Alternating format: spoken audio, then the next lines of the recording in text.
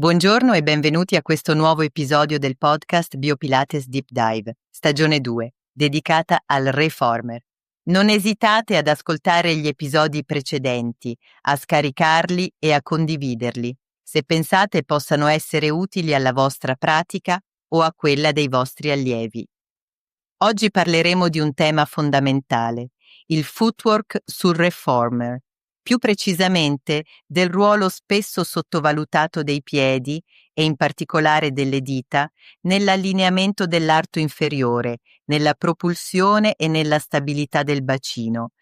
Quando pensiamo al Pilates e soprattutto al Reformer, ci concentriamo spesso sul centro, sul bacino, sulle spalle, sulle anche, ma il punto d'appoggio più decisivo, quello che informa l'intera catena posturale, si trova più in basso, nei piedi. Il footwork non è un semplice riscaldamento, è una sequenza completa, intelligente, che coinvolge tutta la struttura dell'arto inferiore, dalla pianta del piede fino all'anca. È un dialogo tra piede, ginocchio, anca e tronco, e in questo dialogo la qualità dell'appoggio è essenziale. Ogni pressione sulla barra o sul trampolino cardio stimola i recettori plantari. Questi recettori meccanici inviano informazioni precise al cervello attraverso le vie ascendenti del sistema nervoso. Il cervello riceve così una mappa sensoriale del piede che consente un adattamento costante del movimento, dell'allineamento e dell'equilibrio.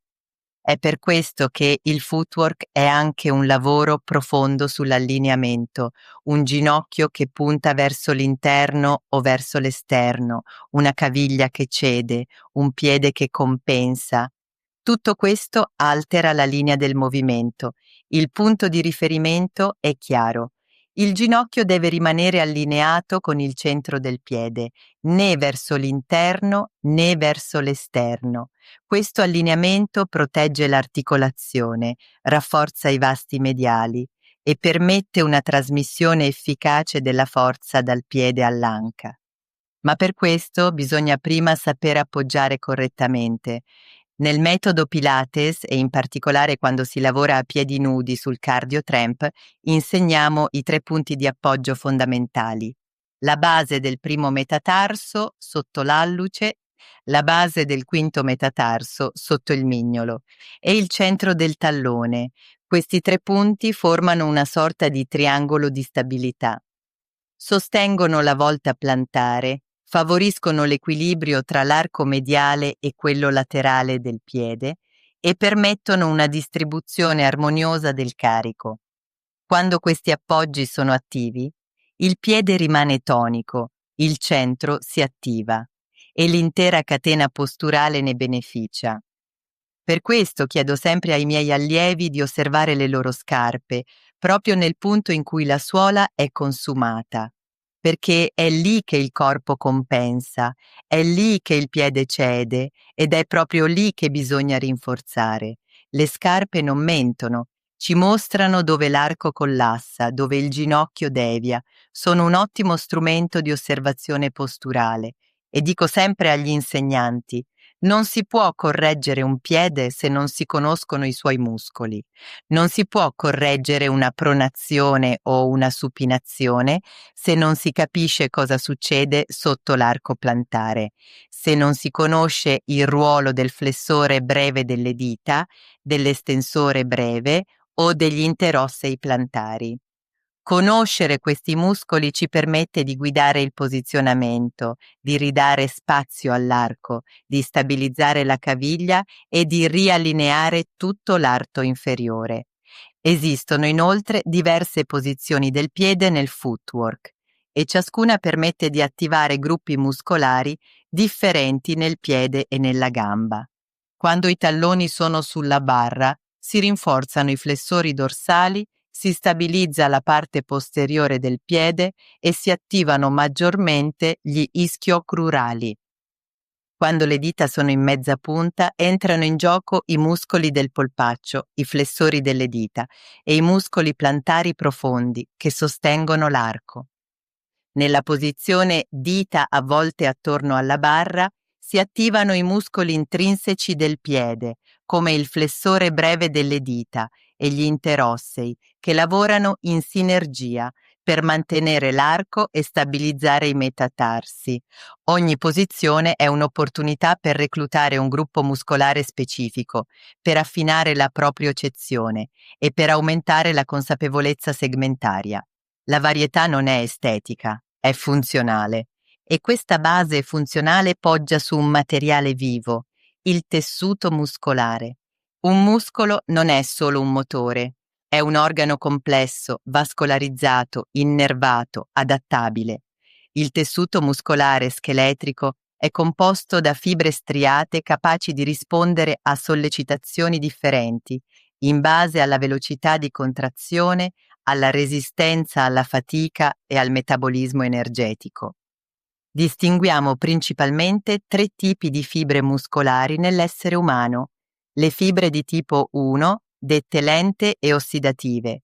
Si contraggono lentamente ma sono molto resistenti, ricche di mitocondri, usano l'ossigeno per produrre energia in modo stabile. Si attivano in movimenti fluidi e controllati, come un footwork lento e consapevole. Le fibre di tipo 2A, rapide ossidative glicolitiche. Sono fibre ibride, più veloci delle fibre di tipo 1, ma ancora abbastanza resistenti. Sono ideali per sequenze dinamiche e controllate, come un footwork ritmico e ben gestito. E le fibre di tipo 2B, le più rapide, potenti ma anche le più affaticabili. Si attivano in movimenti esplosivi, come le pulsazioni in fine corsa o i rimbalzi rapidi sul trampolino. In una sessione di footwork ben strutturata si attivano tutte e tre le fibre in modo progressivo, preciso e funzionale. Le fibre di tipo 1 per la stabilità, le 2A per la potenza controllata, le 2B per la risposta reattiva. Non si allena solo il muscolo in senso meccanico, ma la sua intelligenza neuromuscolare, la sua capacità di adattamento. Per esempio, il flessore breve delle dita, che origina dal calcagno e si inserisce sulle falangi intermedie delle 4 dita laterali, permette una flessione moderata che sostiene l'arco, garantisce un contatto stabile con la barra, modula la pressione e affina il gesto. L'estensore breve delle dita, invece, origina anch'esso dal calcagno, ma si inserisce sulle falangi prossimali. Permette un'estensione leggera che equilibra il movimento e previene il collasso delle dita. Insieme, questi due muscoli lavorano in sinergia per mantenere l'allineamento e la funzionalità del piede. Ma questo lavoro ha senso solo se integrato in una struttura globale. E tutto parte dal posizionamento neutro del bacino. Durante il footwork il bacino deve rimanere stabile in posizione neutra, né in retroversione né in antiversione. Il neutro è l'equilibrio strutturale, è ciò che permette l'attivazione del centro, la respirazione del diaframma, la distribuzione armoniosa della colonna. L'errore più comune è quello di passare inconsapevolmente da un bacino neutro a uno stampato nel tappetino, durante la spinta o il ritorno. Questo cambia tutto. Rilascia i muscoli profondi, sovraccarica i quadricipiti e altera la meccanica del gesto. Stabilizzare il bacino in neutro dall'inizio alla fine è un prerequisito, non è solo una questione di estetica, è una base di sicurezza, di precisione e di educazione al movimento. E questo è ciò che il footwork ci permette di fare: risvegliare la sensibilità del piede, rafforzare in modo mirato l'arto inferiore, educare la postura e riprogrammare la qualità del gesto motorio. Il reformer diventa così uno strumento di coscienza. Non si tratta di eseguire delle serie meccaniche, si tratta di sentire, comprendere, riordinare. Grazie per aver ascoltato questo episodio di Bio Pilates Deep Dive, stagione 2. Vi ricordo che la stagione 1 è ancora disponibile, interamente dedicata al Pilates su tappetino. Troverete lì fondamenta solide: respirazione, stabilità, precisione, coordinazione. Non esitate a scoprirla, a condividerla e a integrarla nella vostra pratica. A presto!